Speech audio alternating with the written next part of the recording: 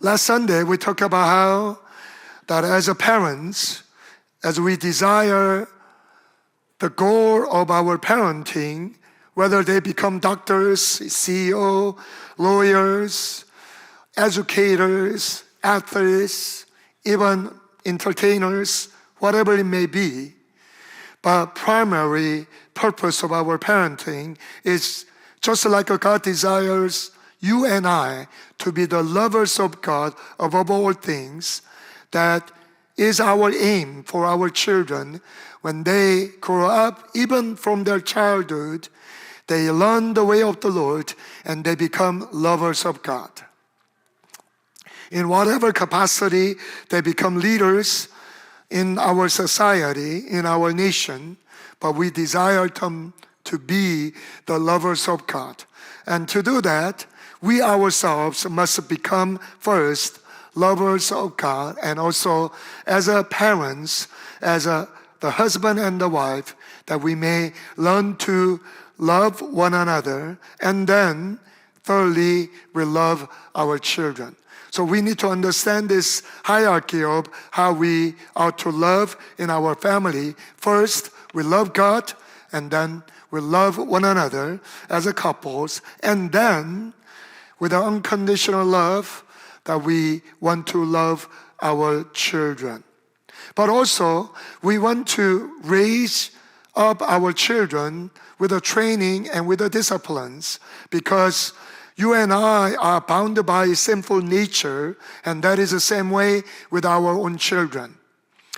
If we do not properly and in godly way train them up, and they will be bound by self-indulgence, and they may think the entire world evolves around them, and they will become unhappy adults because they cannot take a no.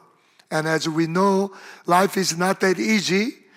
We go through the hardships and difficulties, and as we know, that all things don't happen according to our own desires. And even our God, that we may fervently pray, but we do not get answers according to our own ambitions or covetousness or according to our lust. We ourselves, as the disciples of Jesus Christ, must be trained and disciplined and be able to deny ourselves, meaning deny our own desires, but embrace the desire and the will of God in our life. Then how much more so that we as a parents must train up our children so that they may be able to deny their worldly desires and lust and their indulgence, so they may be able to be trained up to become mature Christians, denying themselves and taking up the cross and follow Jesus as a disciples of Jesus Christ. So that's why we as a parents, we have a responsibility to train them up in godly way, in the admonition of God. And so we talked about spanking is necessary, and to talk about a little bit of spanking, however the worldly scholars say, or experts in parenting say this or that, or whatever it may be.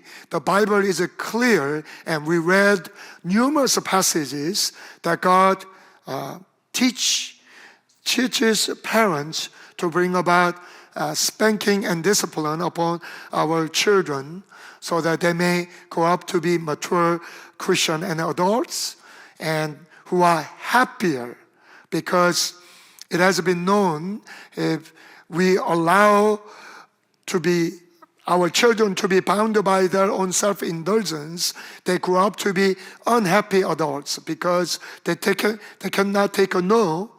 So whatever things happen in their life, not according to their own desire, and they will be miserable, unhappy adults, and not taking responsibility of their own life, and they will always blame the circumstances and blame other people as well. unfortunately, some of us in our own adulthood, if we are honest, we still wrestle with that immaturity because we don't want to take a no, and we always want the ways according to our own desire. So discipline, punishment, spanking is necessary. Now, to say that, never ever use your hands or your body to spank your children. Always use rod. The Bible clearly says to use a rod because your hands should be instruments of expressing your love to your children, embracing them, giving them hugs, caressing them upon their heads, and so forth. So use a rod. As Korean father, my rod was a back scratcher made by bamboo stick. So my children did not like that. But a certain mother who used to use that same rod, and this mother would put this rod on the wall. So, just like, the Japanese samurai, the sword, they put it on the wall, and she would put on the rod on that and use it as a spanking instrument. And whenever her children becomes unruly, she will just look at the rod, and then kids will be scared and behave themselves well, however it may be. And now, and you may ask, from what age do I bring in spanking? Now, Susanna Wesley, the mother of 9 children, and among her sons, one was John Wesley, and the other was Charlie Wesley. As you know, and they were the great instrument of bringing revival globally in their own time. And she has taught the parents, or said that if your child is only 1 year old and that child is able to understand what you are saying, and then it is a proper time to bring about punishment, some sort of discipline. And that can be 1 year old. For example, if your child, 1 year old or 2 years old, are approaching heater and trying to touch his hand upon that hot heater, and you say no, and if that baby is able to turn back and be able to look at you, and then this child is able to understand you, and that means you can bring about some form of punishment upon that child if that child is not listening to you. And of course, when you bring about this kind of physical punishment and pain inflicted upon that child to learn the control and obedience and respect the authority of the parents, but you don't want to harm the child in severe way. But at the same time, if the child is becoming 2 years old and 3 years old and 4 years old, now when you bring about spanking, the advice is this. Because sometimes the mothers and the fathers, their hearts are so soft, and they know they need to discipline the children, but they don't want to bring about too much of pain upon the child, and so forth. So you use it in a way it doesn't bring too much pain. Then it's ruining your method, because it's not going to work. It has to be bringing a severe pain so that the child remembers that. Especially for myself, upon daughters, because I did not want to leave emotional wounds upon especially my daughters, and I don't think I used a rod more than once or twice. But when I used it and made sure it was so painful, 2 or 3 times of spanking, it doesn't have to be too many, but make sure we don't do it in our anger. And that is very, very important. And But when I was inflicting pain upon the bottom of their feet or whatever it may be, and usually it was the bottom of the feet because it doesn't leave any pain because the foot, with the shoes, nowadays you walk, but even there are areas of the world that children walk on barefoot, and it can be trained like that. So the pain doesn't remain as long than other parts of the body whatsoever. But anyways, I had to make sure it's painful, so they remember it, so they be disciplined. So that's how I want to implement any kind of disciplines upon the lives of our children. But make sure afterwards, because we do want to express and talk about it with our children, the reason why I bring this spanking on you is because I love you. And you need to be disciplined, and you need to grow up as a mature believers of Jesus and so forth. And sometimes I myself said to my own children, you need to learn there are consequences of your decision. And when you make a wrong decision and bad decision and something go against God's way, and then you need to remember there will be pains and sufferings induced in your life. And when I disciplined my children, oftentimes I said this: you think this is so painful that your dad is spanking you, but you must remember God is a holy God, and He's a very righteous God. And when you become adults and you make decisions that are very displeasing to the Lord, and that is sinful, and you will induce greater pain than this physical pain upon sole of your feet. Because that is true. That is true. And even from my own experience, when I utterly and willfully disobey God and become rebellious before God, and you and I, we all experienced much greater pains and sufferings and lasting consequences in our life.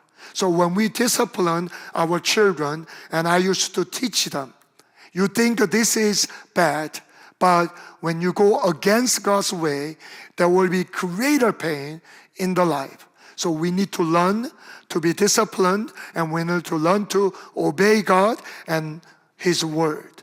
So there must be coupled with a loving expression, and I will embrace them and give them a hug and so forth. Now, how long do we bring about spanking upon our children? Until how late? Normally, you want to reduce, if we implement a spanking in the early age, like up to 5 or 6 years old, you probably don't have to use it as they grow older. So typically, maybe up to 10 years old, we don't know exactly what age, but definitely not when they become teenagers. Not only spanking will not be effective discipline way, and it may bring about shame into their hearts and anger into their hearts. So then you cannot discipline teenage boys or girls. Definitely you can, but different ways. That is, taking privileges away from them. Remember, as a parents, we are responsible to bring about their needs. Education is needed. Daily food is needed. So that's our responsibility, to bring about needs of their lives. But the desire, what they want, is a privilege. So if your children are grown up, teenagers and so forth, and you can take away privileges. So for me, my warning to them is taking away their smartphone. Now that's very effective to the teenagers. Or reducing Wi-Fi time, because those are privileges. And you can be creative according to your family culture and whatever it may be. James Dobson, who is an expert on family and parenting, he shares this personal testimony for himself. That is, when he was a teenager, and because he was a PK, and his father was an itinerary preacher, so his father was not at home that much. So during his teenage years, he became very rebellious. And at school, that he would tease on teachers, and his grade went down, and he would not do his assignments and so forth. And numerous times he was called to principal's office, but it didn't do much to him. And somehow this word came to his mother. So one day his mother called James Dobson and sat down with him, because she knew spanking at his age, because he was a freshman in high school, was not going to work. So this was what she said to James Dobson. If I ever hear a phone call from your teacher about your misdemeanor, this is what I'm going to do. For full day, I will go to the school with you, and I will go to the class with you, and I will sit down together with you in the classroom, and even during the lunchtime, and I will follow you, and I will sit down with you, and sometimes I may sit even on your lap. Whole day. If I ever receive a phone call from any of your teachers about your misconduct, that's what I am going to do. And it scared hell out of him. Why? As a teenagers, your mother following in your school all day long, that embarrassment will last for life. And so this really brought correction to James Dobson. And his behavior suddenly changed. The teachers did not know why sudden change in his behavior, and his grade began to go up. So the spanking probably will work between 2 to 10 years old, so forth. Again, if we properly implement that, and the frequency will continually and gradually decrease. And that was the same case with my own children. Probably, I don't know. I need to ask them when was the last time they were spanked. My oldest son was the most spanked, because he's a scapegoat, because the younger ones will learn to fear the parents by learning from the oldest sibling getting spanked. But probably before 10 years old that I stopped, and I didn't have to use spanking.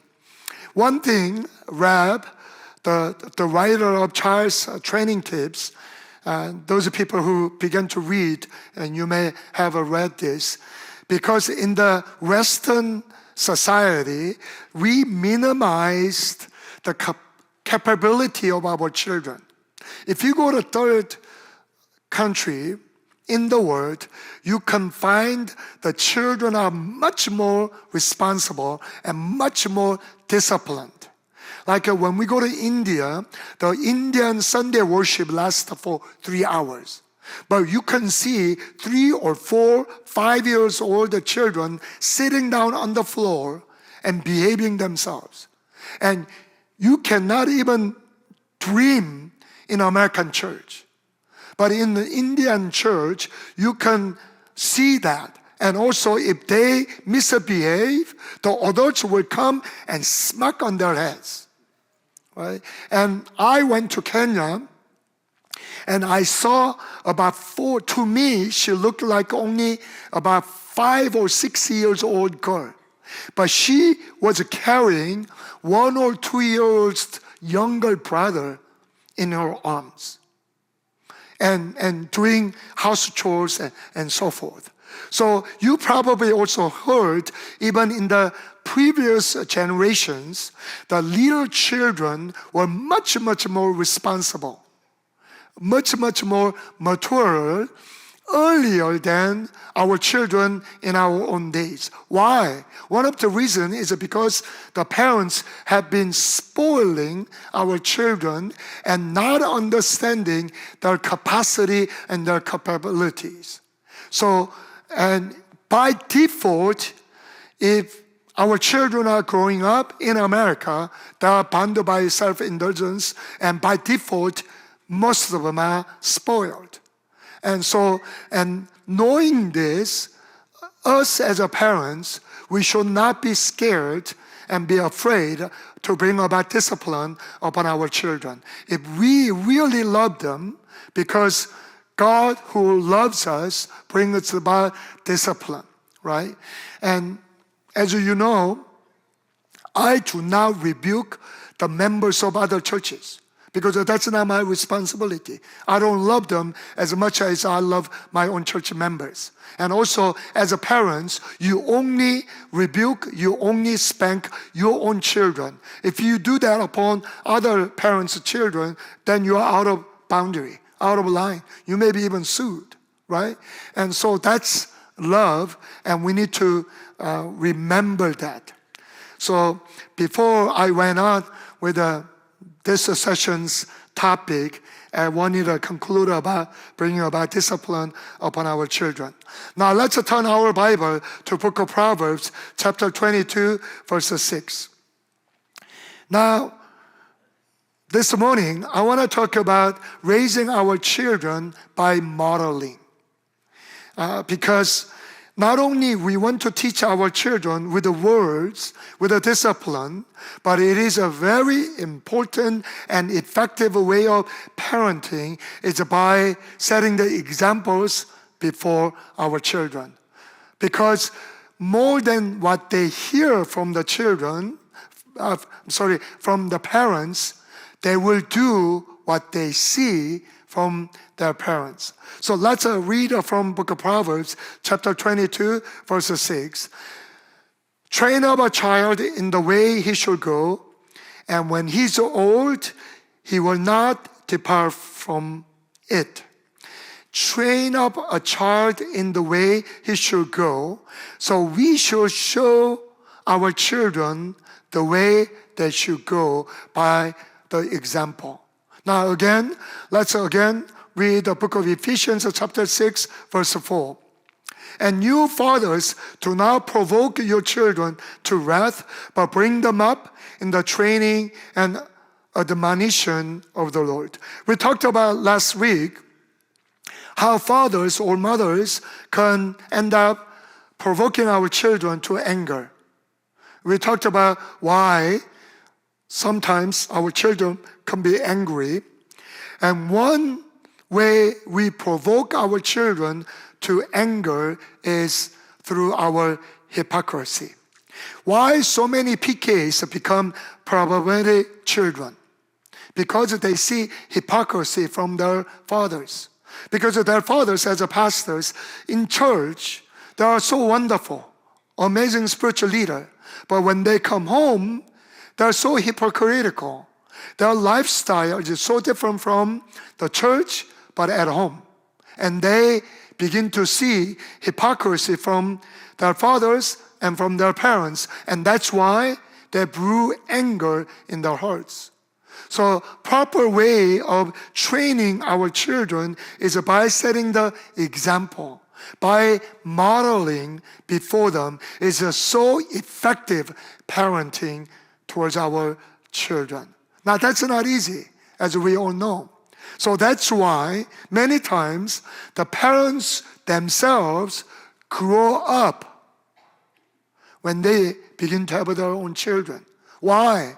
Because they need to conduct themselves properly before their children. If they are saying, do not watch TV too long, and when they are stuck with a computer game, where they are stuck watching Korean drama for hours, they will be hypocritical, and their teaching upon their children will not be effective. So that's why our children become greater trainers for ourselves. So that's why the married couples, when they are married, they grow further because each spouse becomes an instrument of breaking their egos, right? All the flaws, shortcomings are revealed and exposed before your spouse. You've been hiding it, and you've been putting masks before your friends, before your church members in the church. But 24/7, you cannot hide it. You cannot hide your shortcoming. You cannot hide your flaws. So when you are married, you grow further, and you become humbled, and you allow your spouse to become hammered to break your ego. But then furthermore, when you begin to have your children, the parents grow even further. Why? Because you cannot be hypocritical.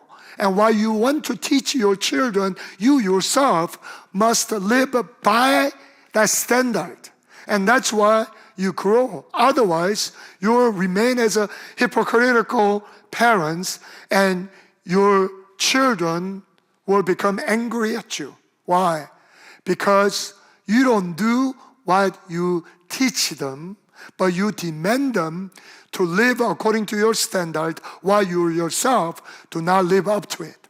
So that's why our children become good trainer for the parents. I'm not saying we will only grow up when we begin to have our children. Apostle Paul was never married. Apostle Paul didn't have children. But by the power of the Holy Spirit and with his personal discipline, he became not only a mature Christian, but he was a devout apostle.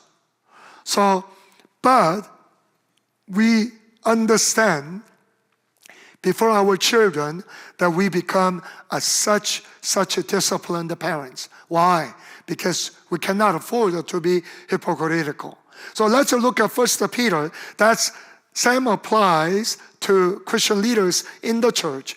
Shepherd the flock of God which is among you, serving as overseers, not by compulsion,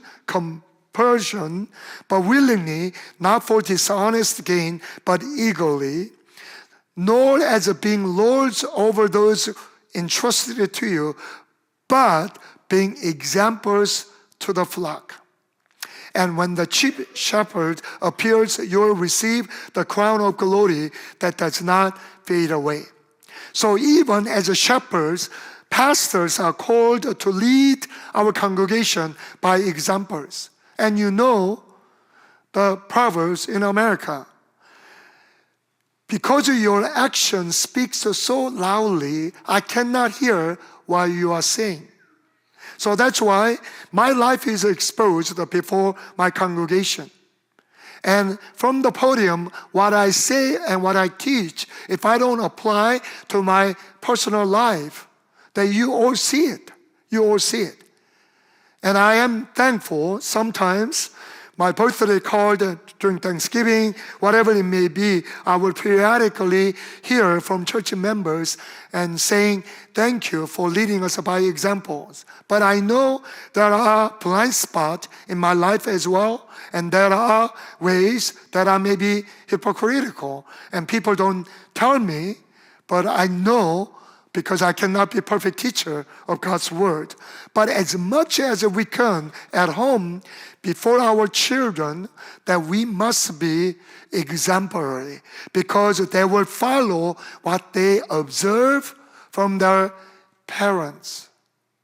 But even Jesus said this to his disciples in the book of Matthew, chapter 23, verse 3 and 4. Therefore, he's talking about Pharisees and scribes and rebuking of their hypocrisy. Therefore, whatever they tell you to observe, that observe and do, but do not do according to their works. For they say, but do not do. For they bind the heavy burdens hard to bear and lay them on men's shoulders, but they themselves will not move them with one of their fingers. So what Jesus was teaching his disciples is these are Pharisees and scribes that are bounded by spirit of hypocrisy. So whatever they tell you, observe, do them. Because when they teach other people, they taught the word of God. So whatever they are teaching you, do them, but do not do their works, because they don't do what they teach. But we don't want to be Pharisaic parents before our parents. So we need to make sure if we are setting certain ways of the Lord before our children and we are teaching them certain standard, make sure we ourselves obey first, observe first, because your children live with you 24/7. You cannot escape. You cannot hide yourselves. For example, we have learned early on that children who begin to drink soda at such an early age, that it will impact their physical growth and also too much of sugar. So we did not allow our children drinking soda until they reached 12 years old. Why 12 years old? I forgot. I probably read an article, something. So we did not allow our children drinking soda at our home. So then what do we have to do? Not buy soda. So until the last youngest one reached 12 years old, we did not drink soda. Why? I don't like soda either.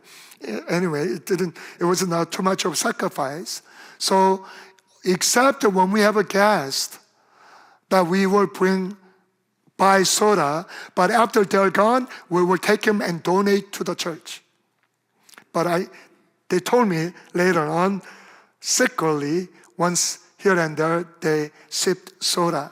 And I'm so thankful. Now they're over 12 years old, because they didn't grow up drinking soda, they don't like soda. They don't crave for soda, right? So that's just one example. So we need to understand, because discipleship is very simple. Because this is the same spiritual principle in the body of Jesus Christ and also at home. The way Jesus made his disciples, the spiritual principle is very simple, 3 stages. He showed them how to do. He healed the sick, he cast the demons out, he taught the kingdom of heaven. He showed first to his disciples. And the next stage was he did ministry together with his disciples.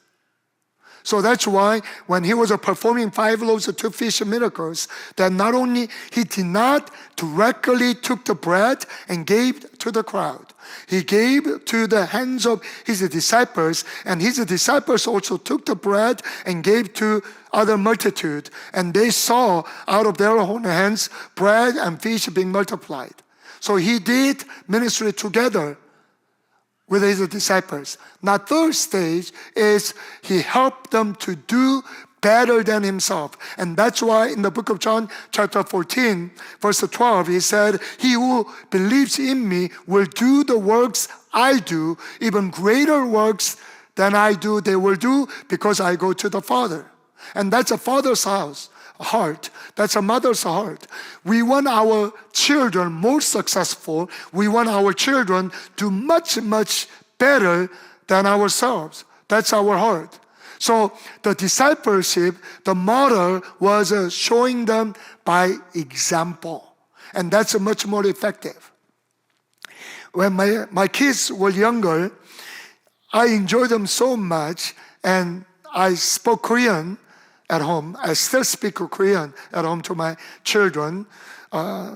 Older two respond to me in Korean. 2 younger ones respond to me in English. But anyways, when they're younger, I used to say, 이 자식이. In Korean, I don't know exactly how to translate into English. It's like punk. They're so cute. I will pinch on their cheeks and 이 자식 귀여운 놈, 자식, right? So one day, there was argument in the kitchen with my wife.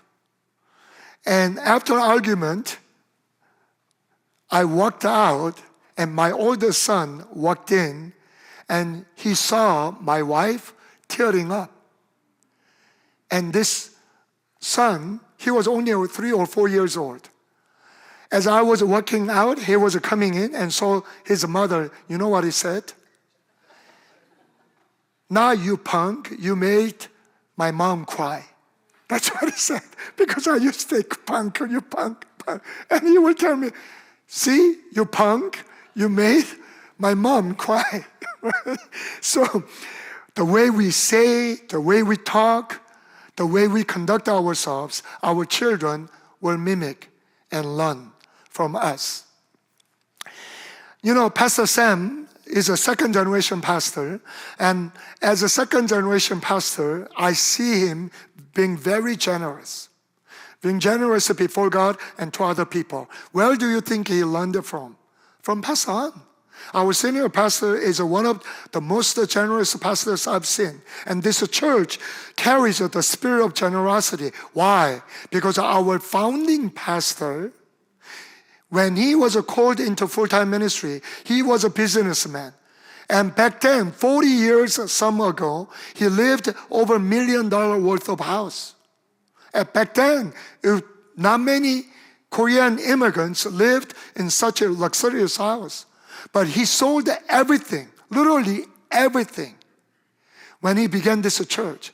So within our church, there's a spirit of generosity. Why?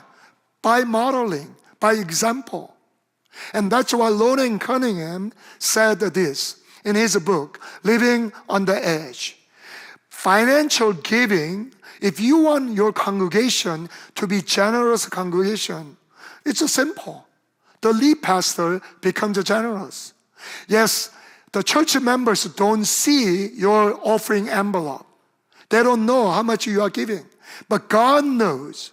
So God will watch you, how you are giving and being generous, and stir up hearts of your followers and take and receive the spirit of generosity.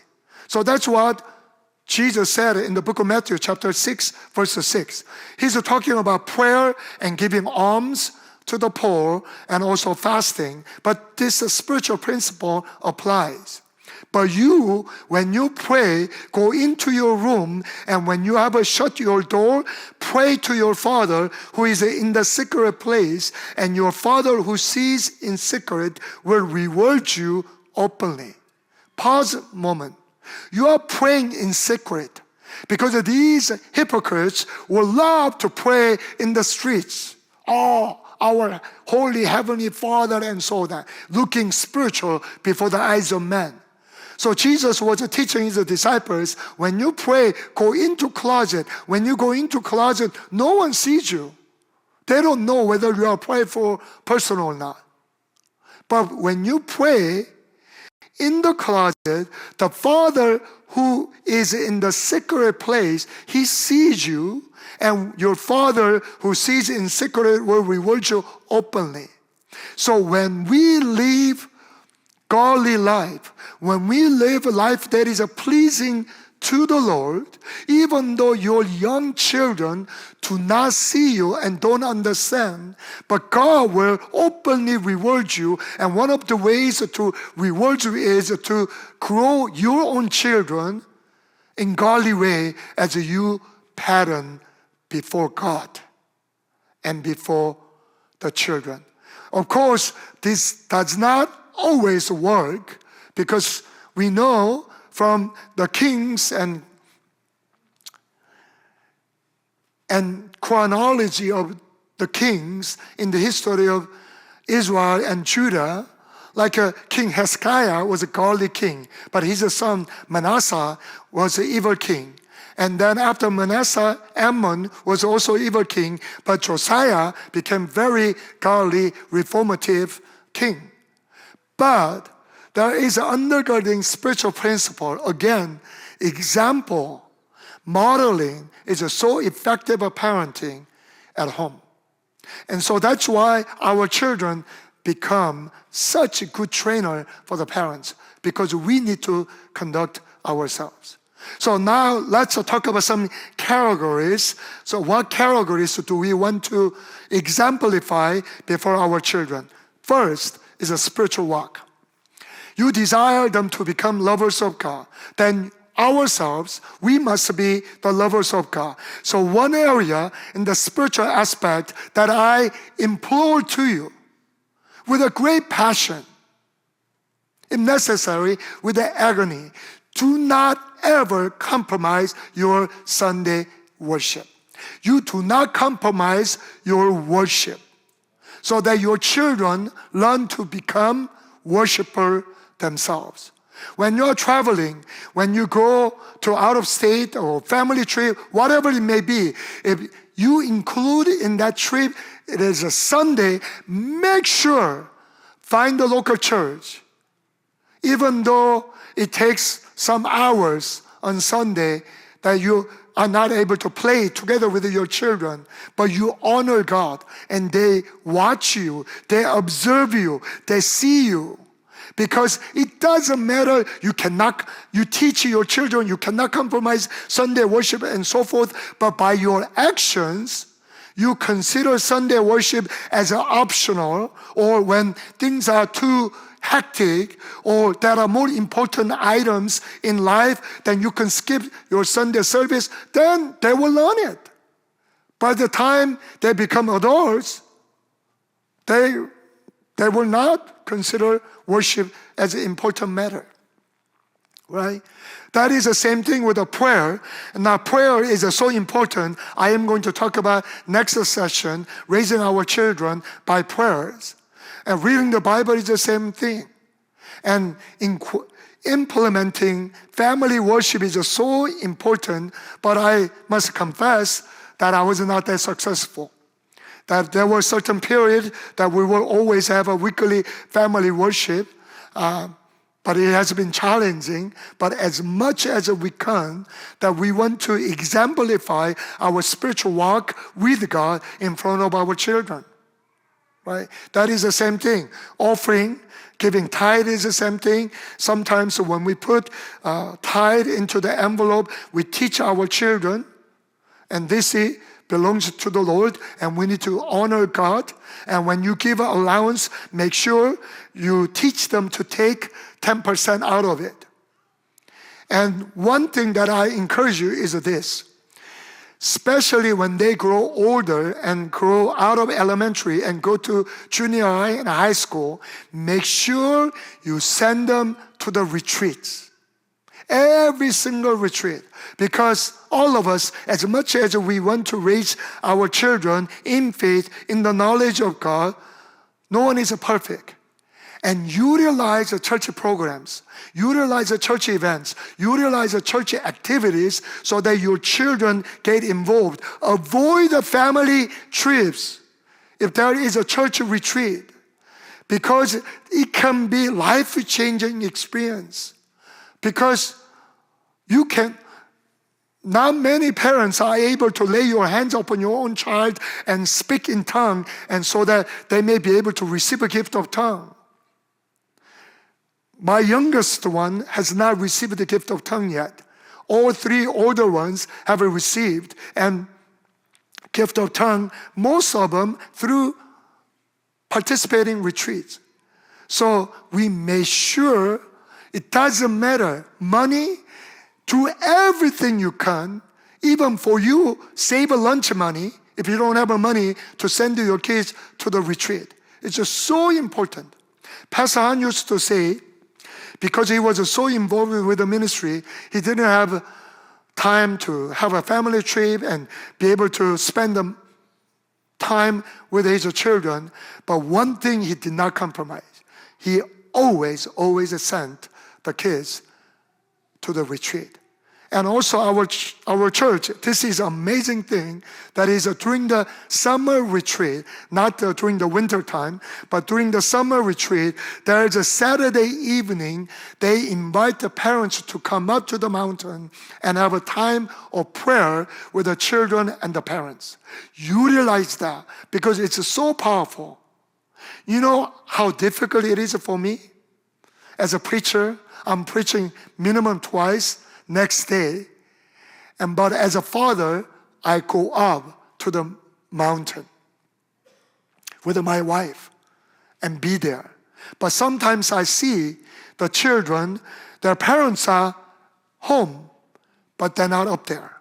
And it can be so painful memory, right? So make sure you send your children any kind of spiritual activities that their faith may be able to grow in the Lord. You do that because you don't know when they can powerfully encounter God and it can be transformative in their life. And if possible, there are some our EDU summer missions that you can go together with a family, even in our own EM missions that we have our parents are bringing our children to the mission field and so forth. That's monumental.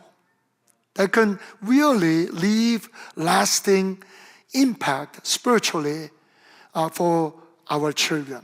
Because remember, the Bible says, train up a child in the way he should go, and when he's old, he will not depart from it. So that's a spiritual aspect first. And then secondly is about the respect. Because it's so important to grow our children to honor authority and become respectful people. And they learn it from home.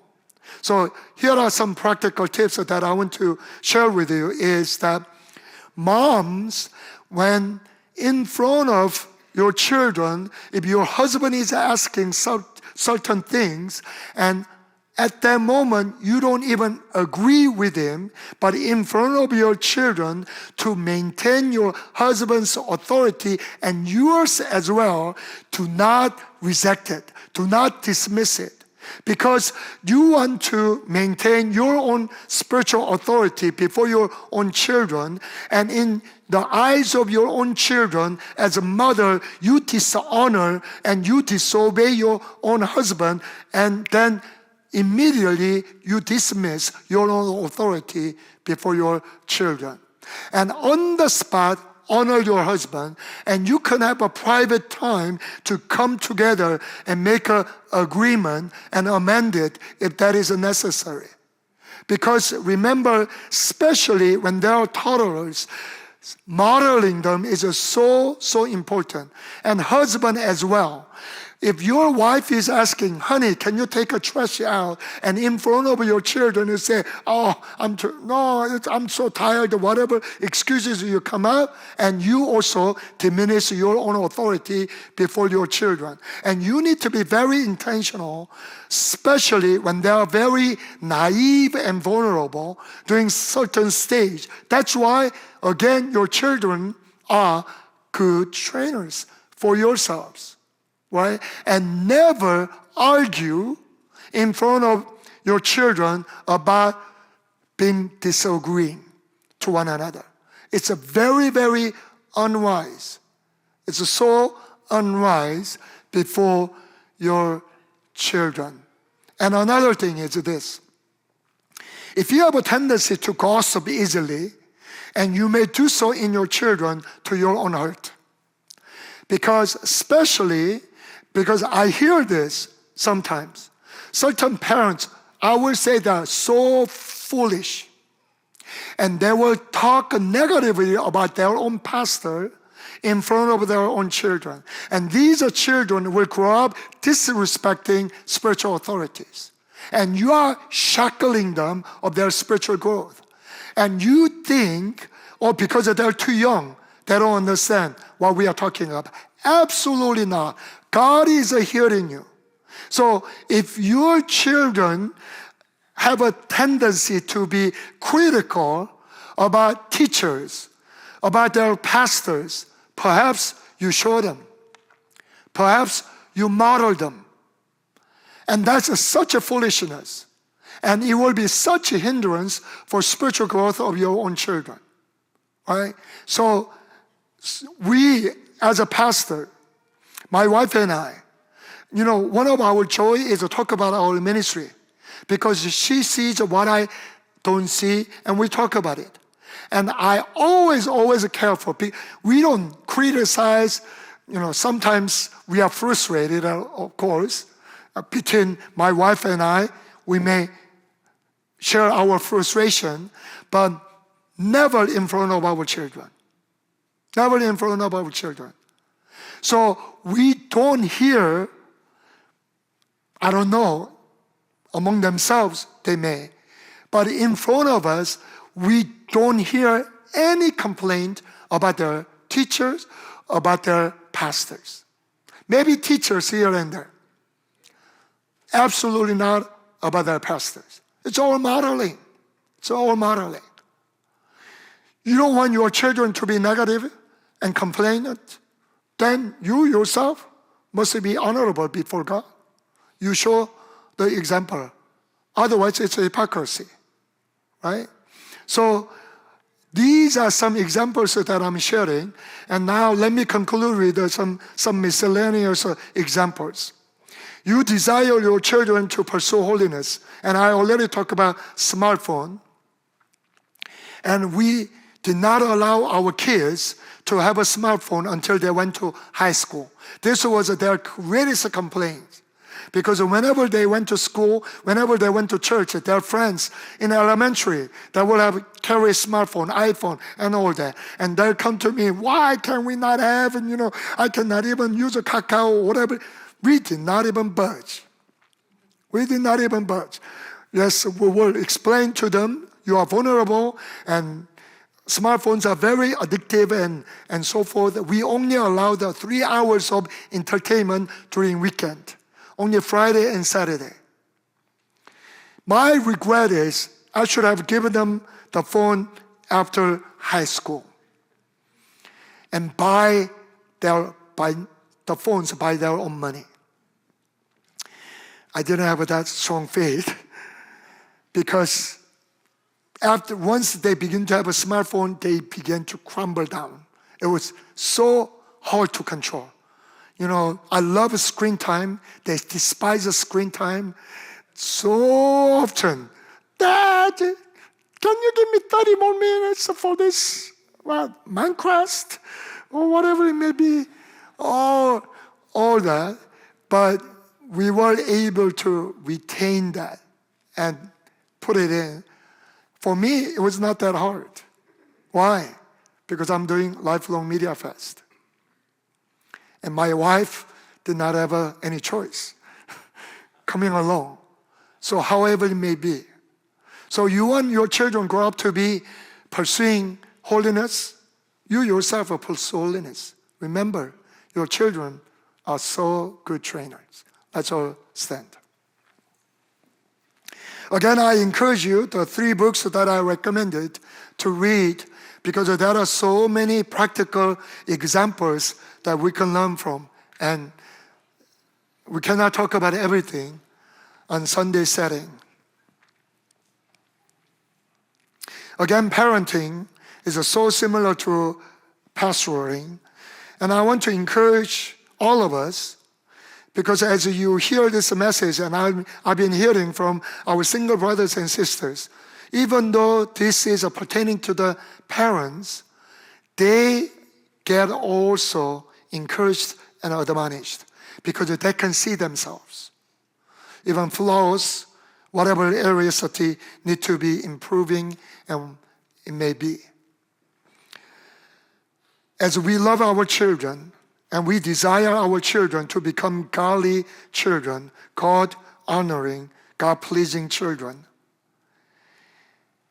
and we do not want to allow hypocrisy in our family, because modeling is the most effective way of parenting of our children.